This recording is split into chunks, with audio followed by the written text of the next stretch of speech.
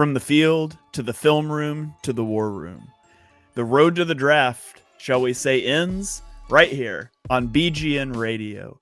Welcome to the BGN Draft Show, everybody. This is our last episode coming out to you before the NFL Draft that will be on Thursday, Friday, Saturday of this week. BGN Radio will be live during night one of the draft, so you guys can come and check out their content here. Dibes, Mark, and I will be live for all of day two of the draft as well. So if you guys want to come check us out, we'll be doing that as well.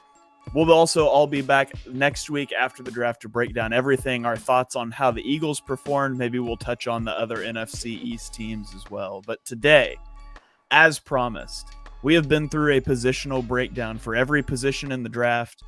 Today, we're going to talk about My Guys. This is the My Guys podcast. We've each got 5 guys that we are considerably higher on or lower on than the rest of than the other 2 guys. And so we're going to talk about why, how we've evaluated some of these players differently, why we've evaluated them differently, and maybe we'll break out into a few arguments as well. But I'm joined, as I have been for every episode of this BGN Draft Show, by my co-host for Chalk Talk. It is Mark Henry Jr. Give him a follow on Twitter at Mark Henry Jr. Be sure you check out his radio show, the Tough Cover Radio Show, every Saturday. Mark, how are you doing this evening? I'm doing great. We aired all of the positional previews in the second hour the last few weeks in the Tough Cover Radio Show to get the information to the people because we've been grinding and it feels like this is the week where it pays off. We get to do the live show. We get to talk about the picks. We get to say who's wrong, say who's right, the recap shows. I'm absolutely pumped. One of my favorite weeks of the year. All right. And we are also joined, again, as we have been every week, by Dibes. Give him a follow on Twitter at Mr. Crockpot. You can check out his podcast, Party on Broad. Dibes, how are you doing this evening? I'm doing well, man. It's Christmas week, as everyone here. There's nothing better than NFL Draft Week. It's bittersweet for me because I've been doing this since last summer. As much as I love it, it's kind of emotional when it ends because I love it so much. But we'll be back at it in May, covering the 2024 draft. All right. It's getting an earlier start than ever before this year, and it's great. Yeah, it's always a little sad because there's players you become attached to that you know the Eagles aren't going to draft, but it becomes official on Thursday, Friday, and Saturday. So. But we'll cope, and maybe one. I loved Chauncey Gardner-Johnson in the draft, and I wanted the Eagles to draft him so bad. And finally, 5 years later, he ended up an Eagle for a year. So maybe we'll live out those dreams sometime in the future as well. 2 things on that. The fun thing is Dibes is a little bit less NFL focused than me and Shane are. He's much more Eagles focused, and because we just talked about it, he gets the jump on us with the scouting early on during the college football season in a way that me and Shane we just don't do as well as Dibes does. Nobody does. So he almost does really say goodbye to these players. Like if they're not on the Eagles, Dibes isn't thinking about them. So me and Shane, at least, like we go back and forth. And then, because I'm a better football fan than Shane, even though he likes to pretend like he's the only football fan. I'm a true fantasy nerd. So these guys become a huge part of my life as a gambler and a fantasy guy. So I don't have to say goodbye quite as much as you guys do. Yep. Fantasy football's a travesty.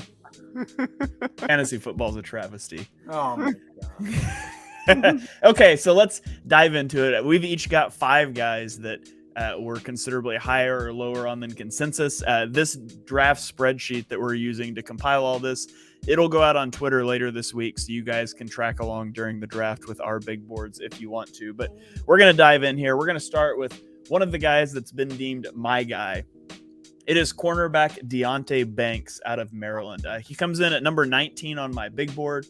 He is 35th for Mark. He's 58th for Dibes. So his consensus rating on our big board is 37th, but I have him at 19th. So that officially makes him one of my guys. And I love Deontay Banks. If I'm being honest, I think Deontay Banks is going in the first round of this draft. I don't know if you guys think he's going to go in the first round and you just view him a little lower, but I think he's absolutely going in the first round.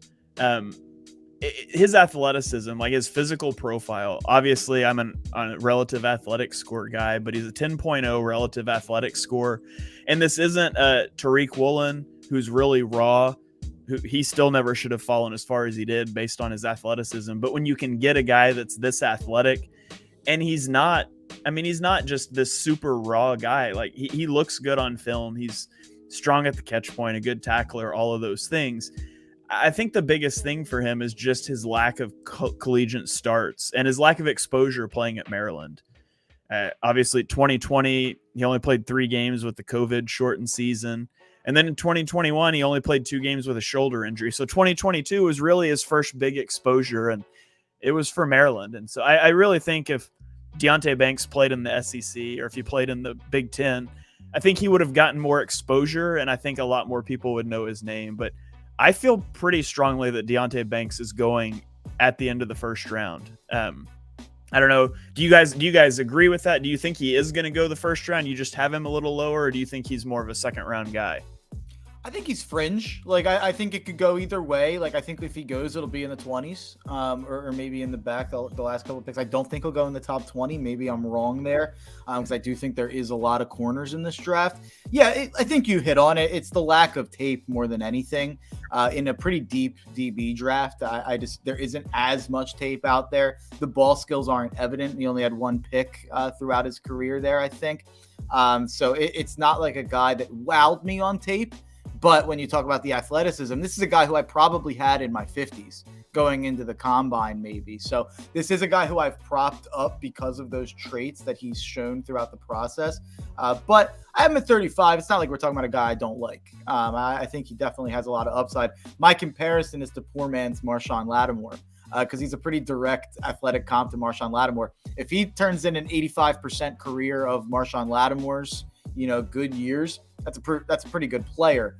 But yeah, it's just he's not great in press, and there's not a ton of tape. So those are really the only issues there with him. Yeah, right. I'd definitely lean towards day 2 for Deontay Banks. He's just in a crowded group when you talk about Clark Phillips, Emmanuel Forbes, Cam Smith. That's where I would put those guys above him. And if you're including defensive backs like a Sidney Brown, guys like that, I think he falls. And I like Deontay Banks. I would even argue maybe even DJ Turner could go above a guy like that. So for me, I think he's just going to fall. If there is a chance that, as I talked with Mark Schofield on our cornerback show, that there are so many cornerbacks, there's like a rush of cornerbacks in that mid to late first round that teams will just jump on getting a guy like Deontay Banks. So there is a chance, but very low chance. I think he's a day 2 guy. Yeah, that is one thing. It is, for as weak as this class is overall in a lot of areas, it is very deep at cornerback. So that can push some guys down the board. So, okay, let's pivot here. We're going to talk about one of Mark's guys now. And that is wide receiver Jalen Hyatt out of Tennessee. Mark has him at 23 on his big board. Dibes has him at 41. I'm at 52. So our consensus ranking is 41. Mark is considerably above that at 23. Dibes is right there, and I'm considerably below that. So Mark, Hyatt, your comp for him is Deshaun Jackson. So talk to me about Jalen Hyatt and why you're so high on him. Yeah, there's a lot of Deshaun there. There's a lot of Will Fuller there as well. Definitely a burner. At the beginning of this process, I didn't expect to be this Jalen Hyatt super fan who was much higher than, honestly, you guys can tell me. I look at a lot of ranks across the draft industry. I haven't seen anyone else have Hyatt as high as I do. And in the past, that might have made me question myself. But I keep looking at Hyatt, and there's a chance that I'm being a prisoner to the moment of October, where Hooker and Hyatt lit up the college football world, and against Alabama and others. This guy put up 6 catches for 207 yards and 5 touchdowns against an Alabama secondary that will have a first-round pick in Brian Branch and a day 2 pick in Eli Ricks. He may have only had 67 catches on 89 targets, but they were loud. 1,267 yards and 15 touchdowns. And this isn't a guy who is a bad athlete or something. I understand that there's a concern about the size, but those size is factored into relative athletic score. And this guy had a 9.49 relative athletic score, and he didn't even run nearly as fast as people were expecting to see him run. But tape doesn't lie, and he has football speed in a way that you don't see very often. Deshaun Jackson, Will Fuller type speed down the field. 4.4 is really underselling how fast this guy can be down the field. People that are low on Jalen Hyatt love to point out that he hasn't dealt with press coverage, and I know that Shane has some concerns about that. My answer to that has always been good luck covering Jalen Hyatt's speed and press coverage without help over the top. And if you're getting help over the top on Jalen Hyatt, then you've already won the game. Like, that's the point. You're either taking two guys out of the play or you're defending a guy in press who's way too fast to defend in press. He won't have to deal with it much, in my opinion, because it's just a foolish strategy against him. People will point out that he was used in uber-specific ways in Josh Heupel's scheme. I point out that Josh Heupel's not the only genius who knows that he's fast. Other people will be able to figure out that Jalen Hyatt's fast and can be used in interesting ways. People will point out his size, and the last thing I'll say is, just like I do with Bryce Young, just like I will with Emmanuel Forbes, just like I did with Devontae Smith, I'm more forgiving with size concerns when it comes at the highest level in the SEC. And that's where I'm at with Jalen Hyatt. I think he's a no doubt first-round pick, and don't let Kansas City get their hands on them get their hands on him at 31. Yeah, when I did a mock draft that I put on Twitter the other day, how the first round would play out if I was the GM for every team, what I would do. And Jalen Hyatt was the Chiefs pick at 31 or 32, if you want to call it 32, however you want to litigate the Dolphins pick being forfeited. And it was over some guys that I have ranked higher than him in my rankings. He's just such a perfect fit for Kansas City. So, I mean, yeah, Mark hit my concerns. I'm just more concerned there than he is. Dibes, do you want to add anything in on Jalen Hyatt? And then we'll talk about one of your guys here. When you talk about fit with the Philadelphia Eagles, I mean, you talk about replacing Quez Watkins in the slot. That's the biggest question mark, his route running and what he does 15 yards in. Everybody knows what he can do with vertical routes, and he's arguably the best downfield threat in this draft. He squashed all of those, naysayers at the combine saying he is a plus route runner and things like that, but we just don't have a lot of evidence to support that. I'm really high on Jalen Hyatt. He was my number 5 wide receiver in this draft. I saw a mock today having him go to the Eagles at number 30. Would I be upset about that pick? Probably not. I think they could do a lot worse at number 30. There are some question marks, but like Mark said, when you're performing at that level in the SEC and just dominating, and he looked so much faster than his combine time on tape. I mean, he's legit. He's a legit talent.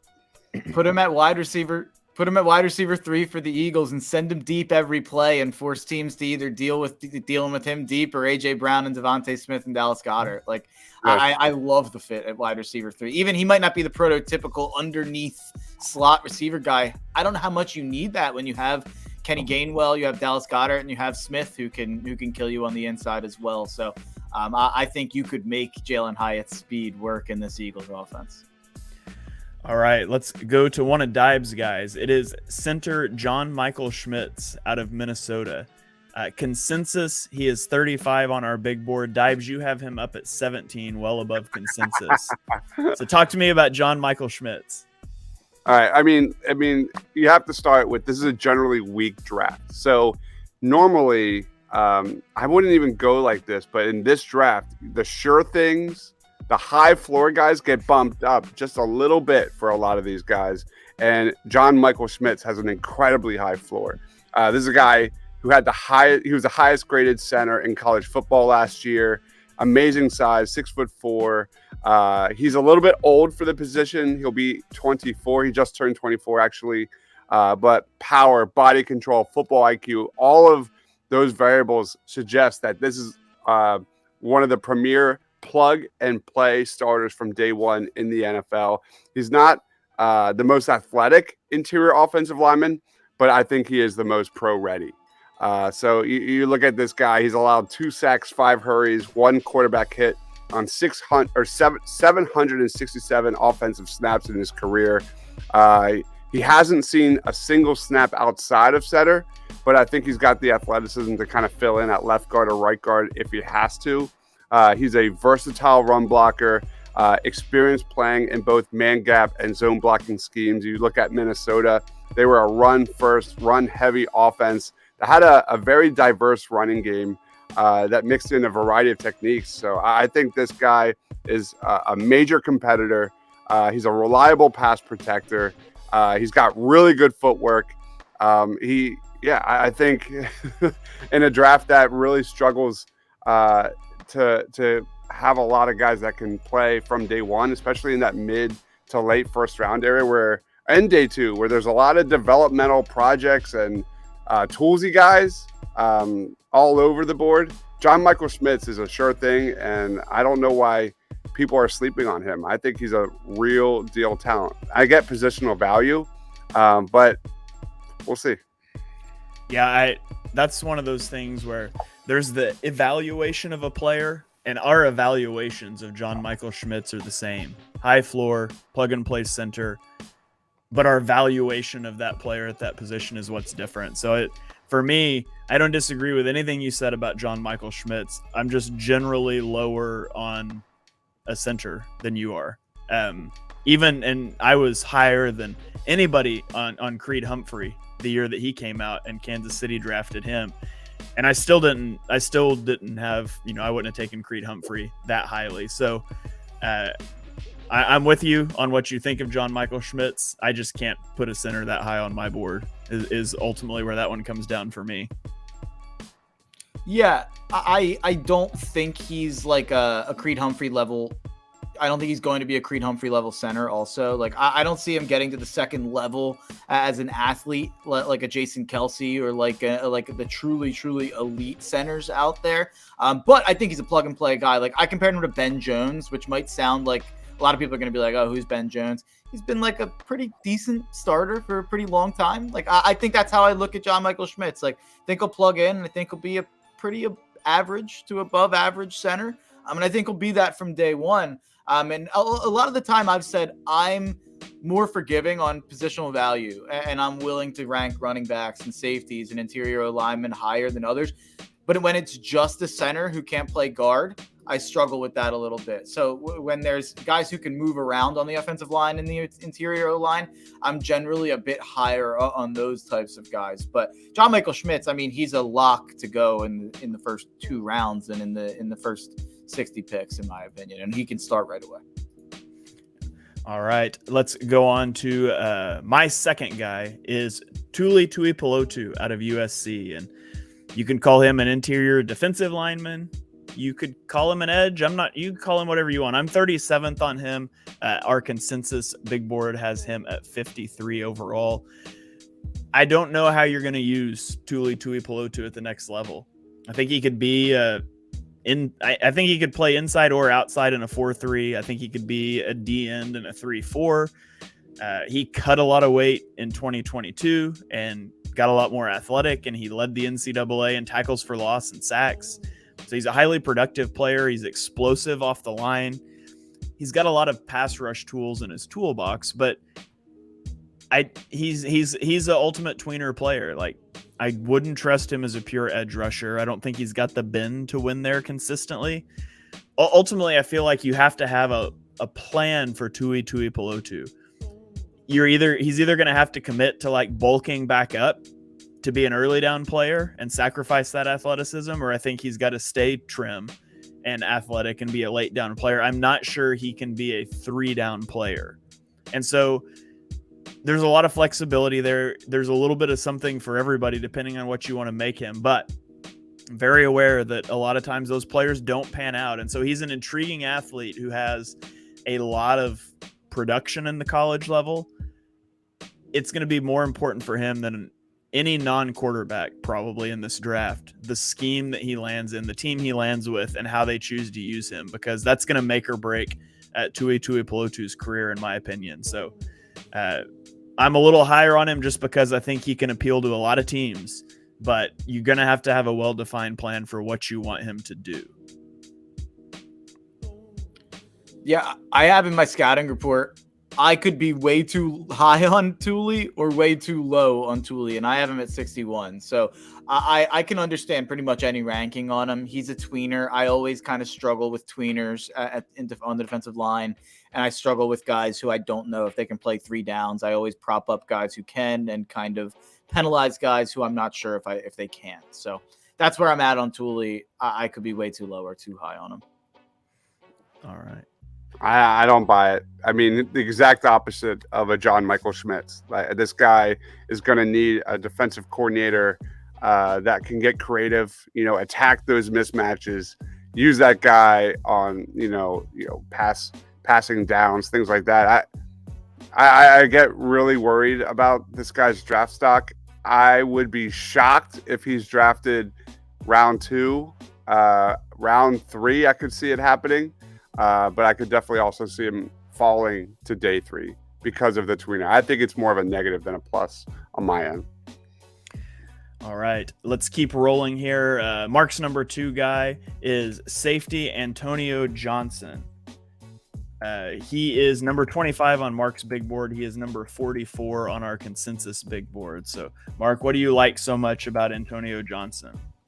Yeah, it's probably a little bit of a departure from the rest of my list because he's not as much of a freak athlete as the other guys. This is my tape guy. This is like my guy that jumps off the screen on tape for me. It's less of a bet on athleticism, but he is freakishly big for safety at 6'2", 200. This is a big guy. 4'5", 240, pretty solid for a safety. Really, really good PFF grades in both 2022 and 2021. Good in run defense in terms of PFF grades and good in coverage. 2-year starter, 3-year contributor. Played slot corner his first 2 years starting in Texas A&M. Definitely versatile, which always helps with me. I think he can bounce back and forth a little bit.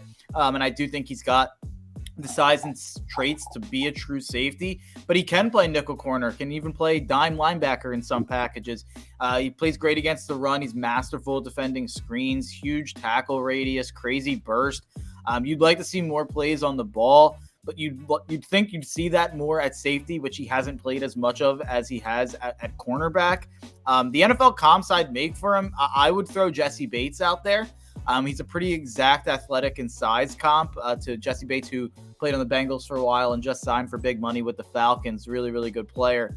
We need to improve his ball skills.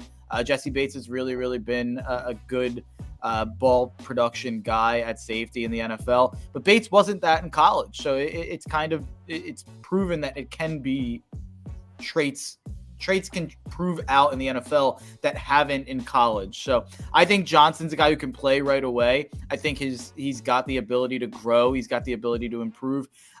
People have compared him to Rayshawn Jenkins. People have compared him to Adrian Phillips. I've seen Adrian Amos. There's been a lot of comparisons out there for Antonio Johnson. But then I feel like most mocks he's late second round. PFF I think has him in the 60s, even though they grade him out so highly.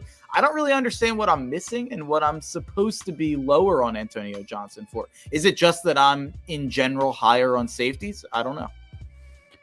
Perhaps his athleticism, maybe as well. The 5.41 relative athletic score. I like Antonio Johnson. I am a little concerned about his athletic profile, how that works, how that translates. My fear with Johnson is that he's going to end up needing to be a guy that's in the box. And so that limits your value if he's limited there. And I'm not saying he will be, but that's my bigger concern with Johnson. That's why I have him a little further down than you do. Yeah, that's what it is, Shane. I think this is one of the premier safety linebacker hybrids in this draft. I think he's definitely a round 2 guy. I agree, Shane. I think he thrives in the box. I'm a little worried about his coverage skills. Being a center fielder in that backfield, that's probably not the best way to get the most out of this guy's talent. But he's a very smart football player in the right system. I could definitely see him thriving. So round 2 guy for me. I'd love to see him in this system in Philadelphia. Yeah. Okay, let's go. Not falling in love with the safety. Nope. Second round. How he took Nate Allen. How he's taken safeties in the second round. Jaquan Jarrett. Just fall in love with a safety, and then in 4 years, when the team that drafts him gets sick of him, they'll trade him to Howie for a 5th-round pick. Yeah. That's your best chance. So, all right, let's go to Dibes' number 2 guy. It is linebacker Trenton Simpson out of Clemson. Dibes has him as 26 on his big board. Overall consensus has him at 38 between the three of us. Dibes, talk to me about Trenton Simpson. What's so intriguing about him? It's a really bad linebacker class, and maybe it's just me because I overvalue linebackers that thrive in coverage. But he's one of the premier guys, and especially in a class that doesn't have a true star, a guy that has upside of being a star at the next level. I think Trenton Simpson absolutely checks that box. Freak athlete, 6'3", 240 pounds, 4.43 second 40-yard dash at the combine. He's a guy that can thrive in the box. He has sideline to sideline range. Checks off a lot of boxes in coverage. He's a really good blitzer, had 31 pressures and 7 sacks in 2022. When Clemson lined him up against slot receivers, he only allowed 18 catches and 144 yards across 28 targets. Trenton Simpson, again, is a guy that has really nice upside. I think he has the instincts to fall back in coverage and pass defense, and that's the number one thing I like about this guy in a class that doesn't have a lot of them. So if you're talking about a surefire impact starter from day one, Trenton Simpson's not that guy. Let's be honest. He's got a lot of work. He needs to be coached up at the next level. But for me, I think it's just a matter of finding the right role for Trenton Simpson, finding the right coordinator to kind of coach him up. He's a bit of a project, but I think his athleticism, his coverage skills, potential coverage skills, and his versatility, I think the talent is there to develop. So I'm surprised I'm the highest on Trenton Simpson, but I could definitely see him getting selected in the back end of round 1. Yeah, I'm surprised you're the highest for him as well, because Mark's comp for him is Jeremiah Usa-Koromoa, a guy that Mark absolutely loved. I believe he was a top 10 player in that draft. So, Mark, you see some JOK in Trenton Simpson. Why so low? Why do you have him down in the 40s? I think it's a little. He just doesn't have the same freakish athleticism. He's 9.84 RAS, so that says a lot. I think he's got different athleticism. I don't think he's quite as quick twitch as JOK was, but more than anything, I don't think he's got great ball recognition skills. So I think that is what the difference is between him and JOK, where JOK was, a slot corner at times at Notre Dame. They just used JOK in so many ways. Trenton Simpson was used in a lot of ways, but not nearly the variety of ways that JOK was. So I do like Trenton Simpson a lot, though. He's freakishly long arms, freakishly big hands, definitely runs a really fast 40. So he's got a ton of athleticism, but he weirdly seems to lack in some areas of awareness. I think a lot of the issues I have with Simpson are based on tape. I love the idea of Trenton Simpson. The idea of Trenton Simpson is definitely tantalizing. Yeah. All right, let's keep rolling here. We'll go to our third, my guys. For me, it's going to be running back Tank Bixby. I have him at 69th on my big board. He's my running back 4 in the class. Our consensus big board has him at 86. And Tank Bixby, beyond just having the best name ever for a running back, he lives up to his name, like powerful north-south runner. He's always falling forward. Now, the reason people don't like Tank Bixby is his 4.58 40, which was 40th percentile. And I'm here to tell you, it doesn't matter. Like, I am the RAS guy, and this is the position it does not matter for. Every year, people fall in love with the running back that lights up the combine, and it just doesn't matter. And so to prove it, I'm going to start reading to you the top RAS scores from 2019 to now for running backs. We've got Kini Nwagu from 2021, Iowa State, Rashad White, Jeremy Cox. Stop me when we get to someone that's been decent. Chris Evans, Master Teague III, Xander Horvath. These are real people. Zamir White, Alex Barnes, Charlie Volker, Jake Funk, Bryant Kobach, Ty Johnson, Trey Sermon, Kyle Borsa, Maurice Berkey. And then we get to Jonathan Taylor and it dies out. But The main still thing believe is in Trey Sermon. Yeah. The main thing is, like, people love the Devon A. Chains and the Tajay Spears that can go run a 4.3 40, and it just doesn't matter for running backs. It rarely matters. It rarely translates to success. So, yes, he's not the fastest guy, and that's why people don't like him. His 10-yard split was a 1.54, which is 70th percentile. He's got enough burst to make it work, and so I'm in on the Tank. I'm in on him. I would love to see Tank Bixby in the Eagles' backfield on a day 2 pick. I like a running back that can run a guy over, and the Eagles, they have that if Rashad Penny stays healthy. Outside of that, they don't have it. I like Tank Bixby. You guys don't, though. You're haters. You're drinking the haterade. Mark Dives disrespectfully has him outside of his top 100 at 112. Dives, what's going on, man? There's just running backs I like more. Yeah. I'm not gonna lie. Like his ability to plant his foot and change direction is one of the best in this class. That's what he's really good at. He's a physical runner, tough runner, good power, good straight line speed. Definitely has the upside of being a potential 3-down starter. And like what we talked about during our running back show, I watched a lot of Tank Bixby. He looked like the best player on offense most of the time at Auburn. So I don't know. Maybe it's just because the Zach Charbonnets of the world, the Devon A. Chains, even Rashawn Johnson, even the idea of a Rashawn Johnson over Tank Bixby. I can't explain it. All right. Well, let's move on to Mark's number 3 guy. It is edge rusher Derek Hall, also out of Auburn. Mark has him at 41. He is 62 on our consensus big board. Mark, talk to me about Derek Hall. Derek Hall's a guy I've been hearing is rising up boards a little bit. There's been some visit talks with him in the back end of the first round, potentially. Derek Hall's a guy who I really, really like, and this is another tape guy for me, but he is also an athlete, 9.24 relative athletic score. Shane's an RAS guy, besides when he's being a hater like he is on Derek Hall. Elite in the 40 at 4.55, elite in the 10 and 20-yard dash, elite in the broad jump, very good in the vertical, incredibly long arms. This is a guy who had 18 sacks over the last 2 years with 53 hurries over the last 2 years, 74 hurries over the last 3 years, a deadly first step. He gets on you quick. One of the highest motors in the entire class. Sideline to sideline speed, total gamer, definite dog mentality, as Nick Sirianni would say. He was a team captain at Auburn. Don't hold that against him, though. Solid against the run, but it seems like he has the traits to become a great run defender. He's not going to provide much in the way of interior versatility, but he should be able to handle any role outside of the tackles. He's very, very similar athletically and physically to Carl Lawson. A very solid pass rusher for the Jets, formerly of the Bengals, also formerly out of Auburn.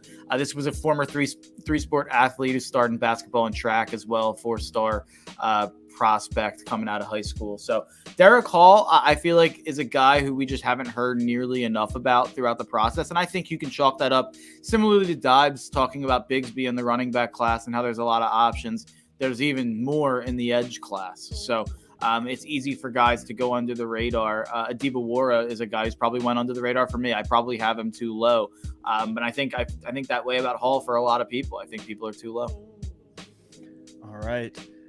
Dibes, on to your guy here. It is offensive lineman Andrew Voorhees at USC. You have him at 49 on your big board. Mark and I did not have him in our top 100. So tell me what you like so much about Andrew Voorhees.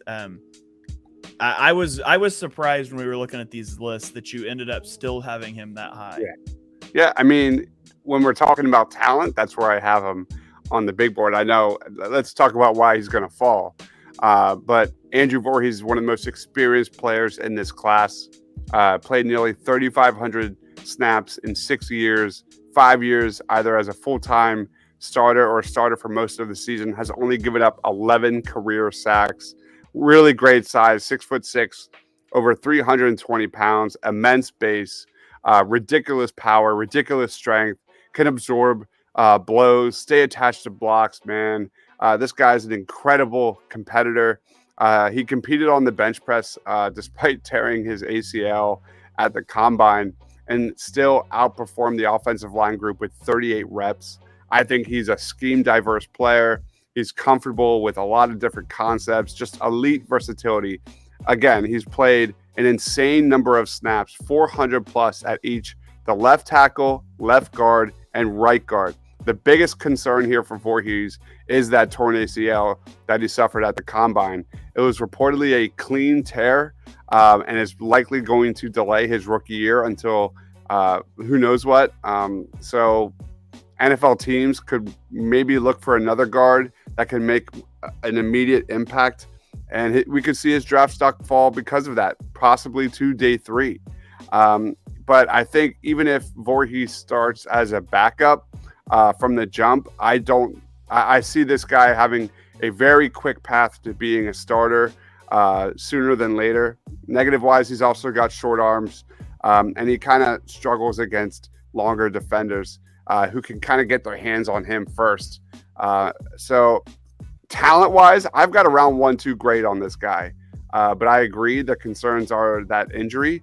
But his power, his size, you look at Landon Dickerson, I like this guy a lot. And if he's there on day 3, what immense value. Yeah, it's unfortunate that he tore his ACL at the combine because I think he's definitely going to be there into day 3 just because he's not going to be able to contribute as a rookie. But hopefully he lands in a good spot and a team is willing to take the long view on that because I do think he's a good player. But I was surprised that he didn't fall some for you after the injury. Yep.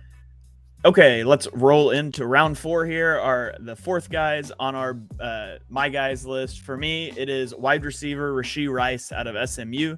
He is 51st on my big board. He is number 63 overall on the consensus big board. And this is a strange receiver class. It doesn't have the immense top end talent. Obviously, we all like Jackson Smith and Jigba quite a bit, but outside of that, it doesn't have like the elite talent, but there's just a lot of guys in this class that you can get to plug into your system. And it's a lot of slot guys, a lot of smaller guys.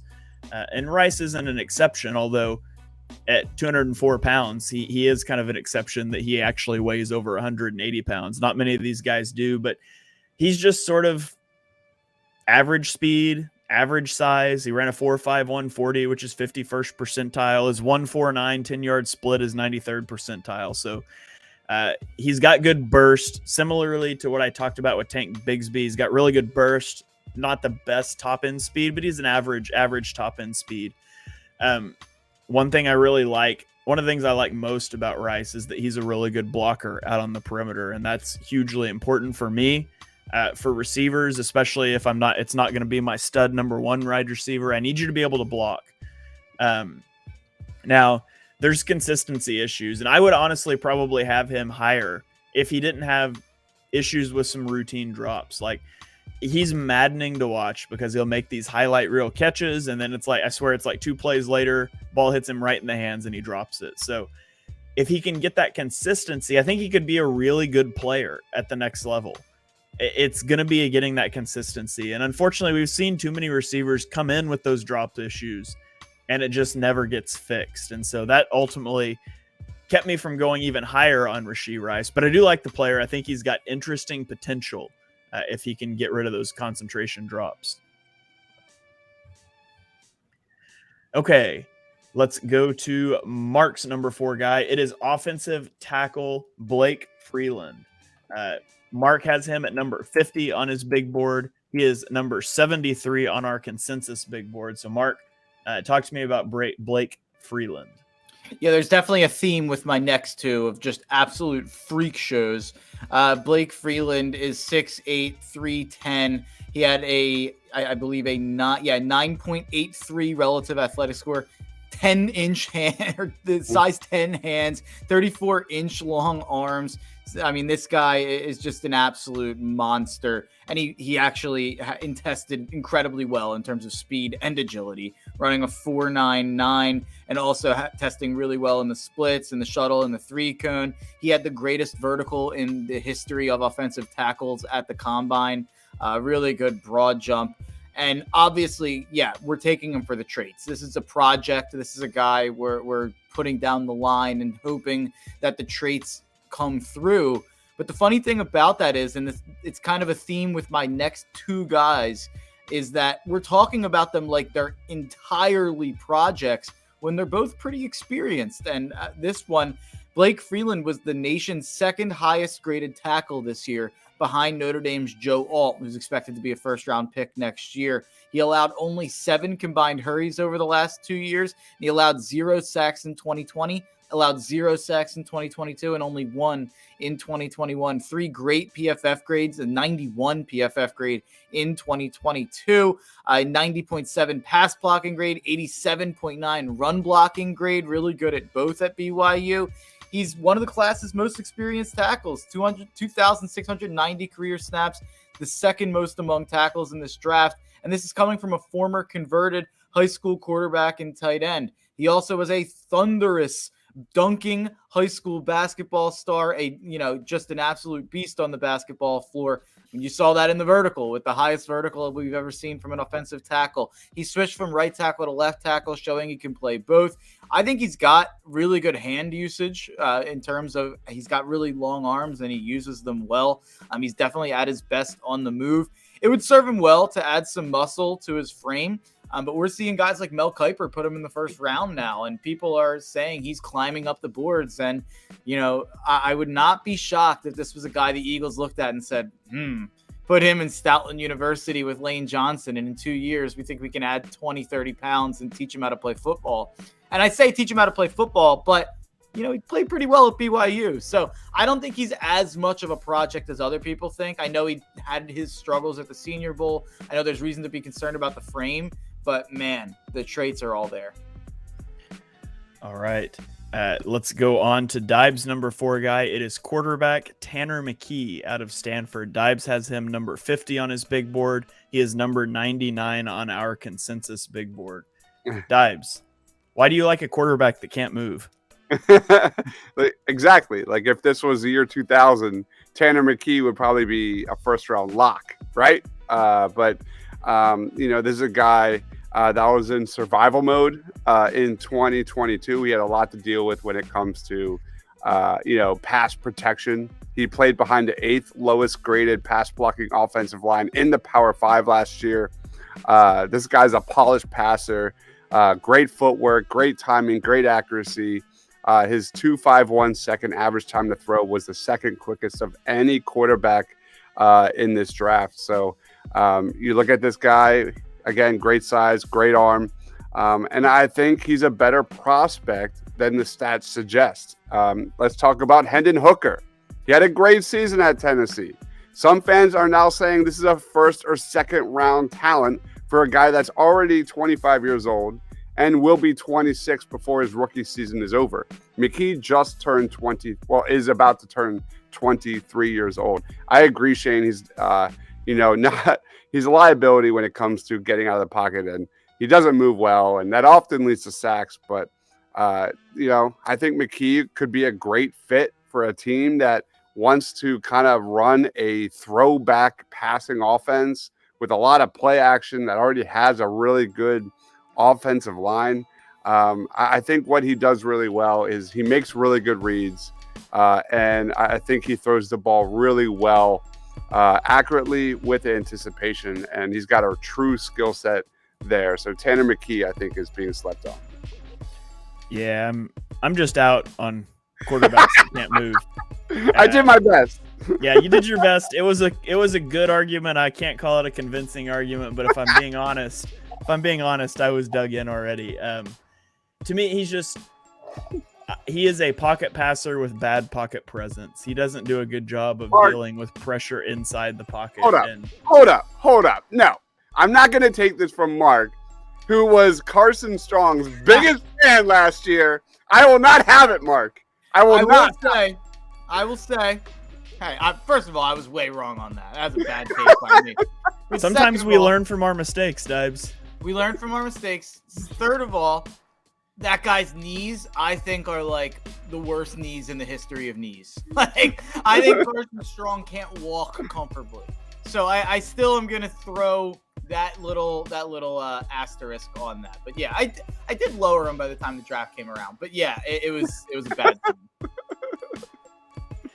All right, let's hit our last guys here. For me, it is wide receiver Marvin Mims out of Oklahoma. He is number 46 on my big board. He is 65th overall amongst us on our consensus big board. I love Marvin Mims, and I never miss a chance to have some OU bias for sure. But Marvin Mims he's such a good receiver, in my opinion. He does such a good job of tracking the football deep, and he's got such good body control. He had a 51.5% reception rate on deep passes this year. He's got experience as a punt returner. He's got rack ability. You could scheme him touches. You can send him deep on shots. He averaged 20-plus yards per reception in each of the last 2 years with two very different quarterbacks. One right-handed, one left-handed, by the way. So if the Dolphins want to go draft him, he's used to catching passes from a left-handed quarterback. Not that they need another deep threat, but 90th percentile speed. He's undersized, but for this draft class, is 5'11", 183 really that undersized? I mean, that's almost a big receiver in this draft class. So like Jalen Hyatt, he ran in a bit of an offense that doesn't translate real well to the NFL, but I think Marvin Mims is a great example of a guy that you could put in the slot, and you can use him as a vertical threat out of the slot. You can scheme him some touches. You can get him some special teams reps, and I think he can contribute in a lot of ways. And I've got a second-round grade on Mims. I don't think he's going to go in the second round. I think he's going to slip a little further than that, and I think whoever eventually stops his slide is going to get a massively underrated player. Yep. So that's what I've got on Marvin Mims. Mark, you didn't have a comp for Marvin Mims. How dare you? It says, oh wait, I missed it. It says right here, your comp for Marvin Mims was Justin Jefferson / Reggie Wayne / CD Lamb. Yeah, all those guys. Okay, awesome. So Mark loves Marvin Mims. Let's go on. I did a comp for the relevant players in this draft class. No, I'm joking. I did a comp for my top 60, and then I sprinkled in like outside of that for ones that I already had. But I am writing an article that'll be out on Philly Influencer with player comps, so that'll be out later this week. All right, I expect the Justin Jefferson / Lynn Swan / insert every good receiver here. So let's go to your last guy, Mark. It is tight end Zach Koontz out of Old Dominion. He is 60th on your big board, 81st on our consensus big board. It should be no surprise that Mark loves Zach Koontz because he has a 10.0 relative athletic score. And his comp for Zach Koontz is Jelani Woods, who prior to last year, also had the 10.0 relative athletic score. So Mark loves athletic tight end. And I'm right there with you, but he's higher for you than me. So talk to me about Zach Koontz. Yeah, we both loved Jelani Woods last year, and he's very much the Jelani Woods of this year. 6'7", 255, the greatest combine performer of all time. I think they both had a 10, but I'm pretty sure he tested better than Jelani Woods did, I saw people saying. So it was technically like better. I think it was number 1 at the tight end position. Huge hands, long arms, elite bench, elite broad, elite vertical, elite 40, elite splits. This is an absolute unicorn. He's the Tariq Woolen of this draft, even beyond the Jelani Woods of this draft, in my opinion. But even if he's a raw project, he checks every box physically and athletically. And just like Freeland, I don't know how raw Koontz is. Like this, there's a chance that we're overselling how raw Koontz is as a prospect. And I understand Old Dominion, so it skews things a little bit. But he only played 5 games this year at Old Dominion, and he was disappointing. He caught 12 of his 28 targets. He had a bad quarterback, but he showed tremendous upside in 2021. And that's why I'm saying we don't know how raw he is, because 2021, he had 73 catches for 112 targets for almost 700 yards and 5 touchdowns, where he was almost the focal point of the entire offense. He plays more like a big receiver than a tight end, which is interesting to say about a guy who's 6'7", 255. And when you watch him run, it's not like you're like, oh, that guy's a tight end. You're like, oh, that guy's a receiver. That's how fast this guy is at that speed, or at that size, I should say. Old Dominion had Koontz lined up all over the field. They even put him in the slot. They put him out wide. They put him at tight end. They put him at Y, at F. He's not going to make you miss, but he will run you over. So I think Zach Koontz is a really, really interesting prospect. Yeah, he bumped Jelani Woods down to a 9.99 relative athletic score. So that's the way the relative athletic score can only have one 10.0. So like it raises the scale whenever there's a new most athletic, and it'll recalculate. So he edged him out by 0.01. But yeah, I love Zach Koontz. I think he's a good route runner, surprisingly so. And so I think that he's not a good blocker. But I think he can immediately come in and be a receiving threat for you. I'm with you. I think we're overselling a little bit how raw he might be. Yeah, I totally agree. All right, let's throw it here to Dibes for his last guy. It is defensive back Chris Smith, the second out of Georgia. Dibes, you have him 53rd on your big board. He is number 100 on our consensus big board. Talk to me about Chris Smith. Yeah, I've always been really high on this dude. Really good at pretty much all facets. Plays with a lot of moxie, plays with a lot of confidence. His versatility and leadership, stand out. He was a captain and key guy for Georgia's two historically dominant defenses. Georgia used Chris Smith in a lot of different ways, playing deep, moving into the box, playing in the slot. I think he can cover ground really quickly, but his physicality and willingness as a tackler really lets him dominate in the box at the line of scrimmage.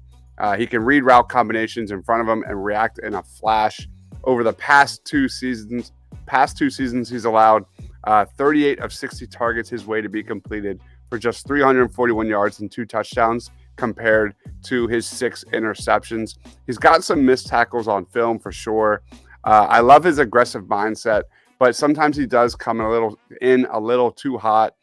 He missed 11 tackles in 2022, and he's got a 15.1% miss rate. He showed up at the combine weighing 192 pounds and then ran a 4.62 in the 40. That killed his draft stock for sure. I believe he plays faster than that. I see Chris Smith as a high floor safety prospect that probably should be drafted on day 2. This guy's just a football player, and I think he's one of the more complete safeties and best football players in this class. If he could become a little bit more reliable as a tackler, I think the sky's the limit.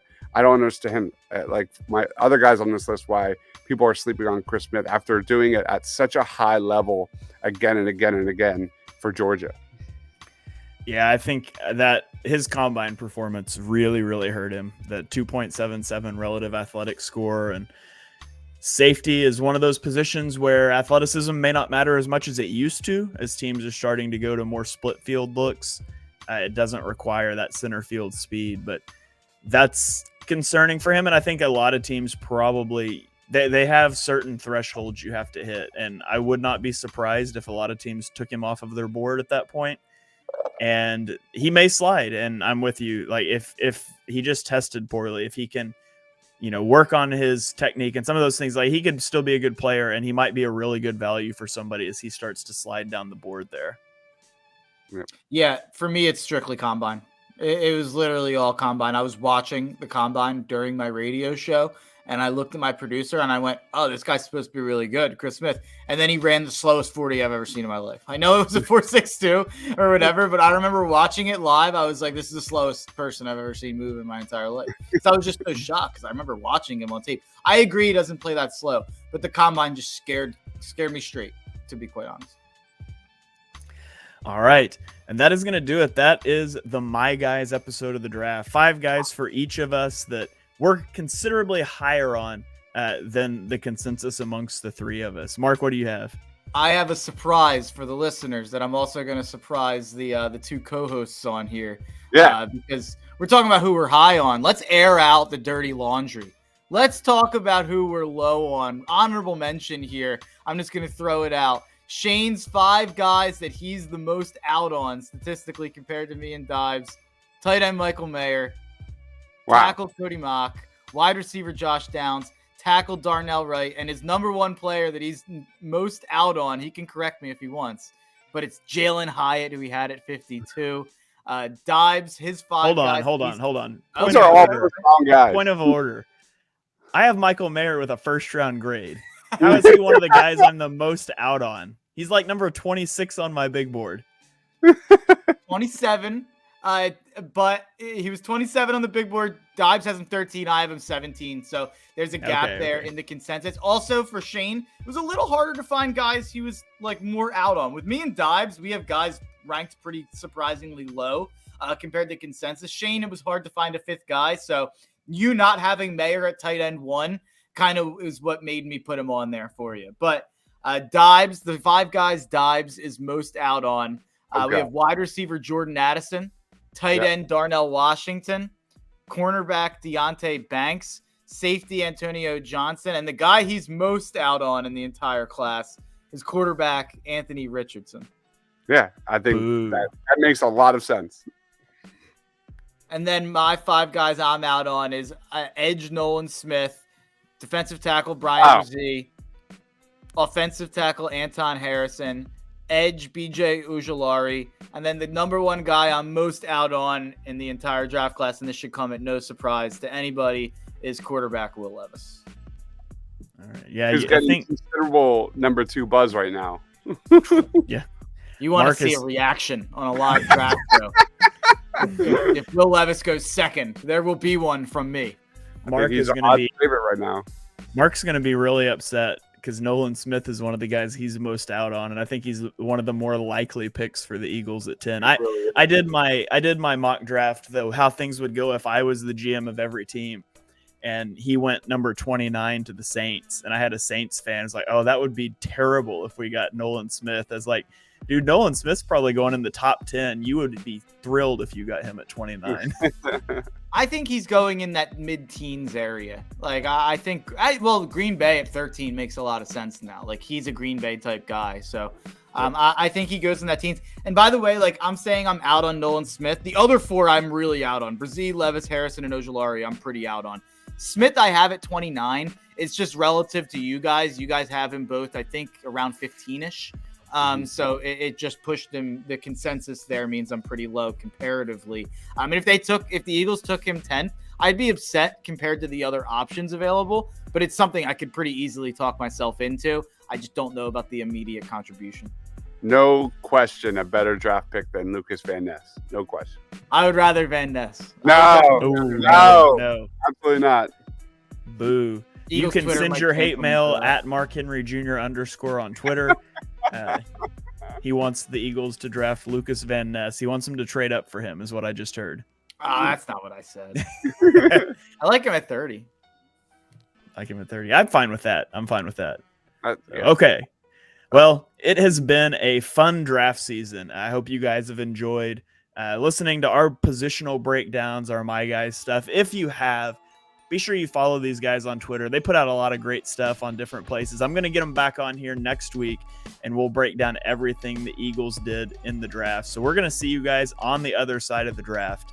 But before we get out of here, Dives, I'll throw it to you first. Do you have any final thoughts? Any last-second draft takes you need to throw out there?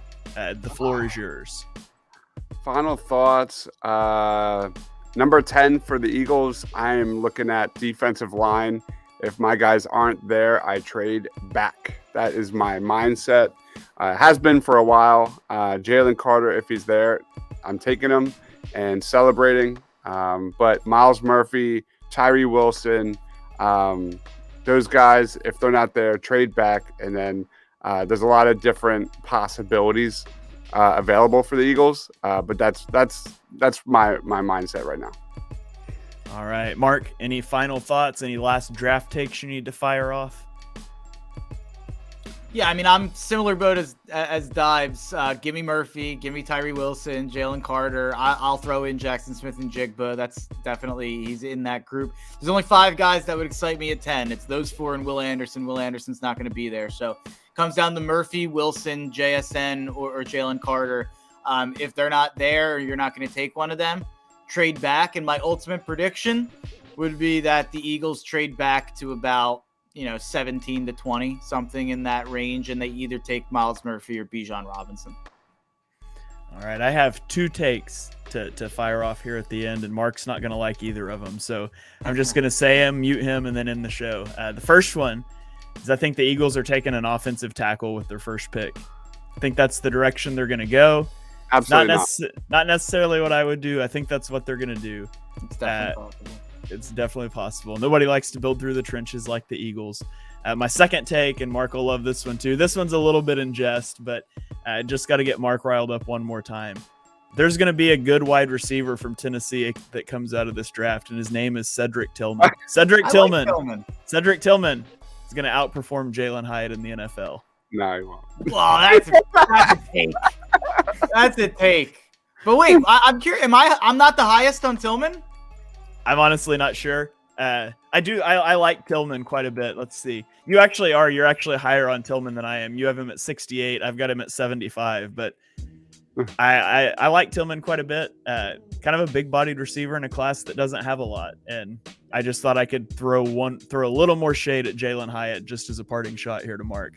He reminds me of Corey Davis, the good version, like 2018, 2019, 2020 Corey Davis, not like current Corey Davis, but he definitely reminds me of him. And by the way, Dibes mentioned the Hendon Hooker slander earlier, so I'll just add, we're just firing takes off at this point, but I'll just add in some Hendon Hooker slander. He is a total system and wide receiver merchant. Like, he had Jalen Hyatt and Cedric Tillman running around out there with one of the best play callers in the sport. If you take Hendon Hooker in the first round, you have certifiable donkey brains.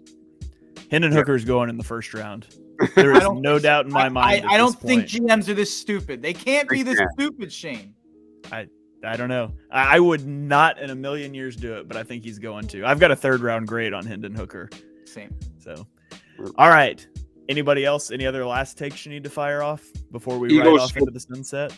Eagles should 1,000% not draft Bijan Robinson at number 10. That should not be a move for the Eagles, and I'm gonna die on that hill. I think people, as we get closer to the draft, are starting to kind of sell themselves to the idea of Bijan Robinson and a running back. That's what we're doing here, and it is just wrong thinking for what the Eagles do. What prospects are available on day 2. Value-wise, I get it would be so much fun. Don't get me wrong. The first 2-3 years would be a blast. But I, for the life of me, refuse to believe how he's going to suddenly change his mentality and go win now in this draft. That is not going to happen. Howie would rather trade back and accumulate assets and get like a future first-round pick than draft Bijan Robinson. One last take. Mark. I've said this before. Howie Roseman loves drafting receivers. Nick Sirianni's a former receiver. He's a former wide receivers coach. The Eagles will take a receiver either at 30 or 62. All right. There you have it, folks. We're going to end it right there. Thank you, everyone, for tuning in, following along with the BGN Draft Show this offseason. It's been our pleasure to break down these players for you guys. I hope you have enjoyed the content. I hope you can wow everybody you watched the draft with all the knowledge you gained on the BGN Draft Show. Keep it tuned right here to the BGN Draft feed, or the BGN radio feed, excuse me. There's going to be a lot of content pumping out over the rest of this week, getting you ready for the draft, reaction shows to the draft, and in the weeks to come as we break down everything that happens. So keep it tuned right here. Like, rate, subscribe, review, all of those things. We really appreciate it. It helps us get the show out there. And so for the last time before the draft, I'm going to sign off by saying, go Birds.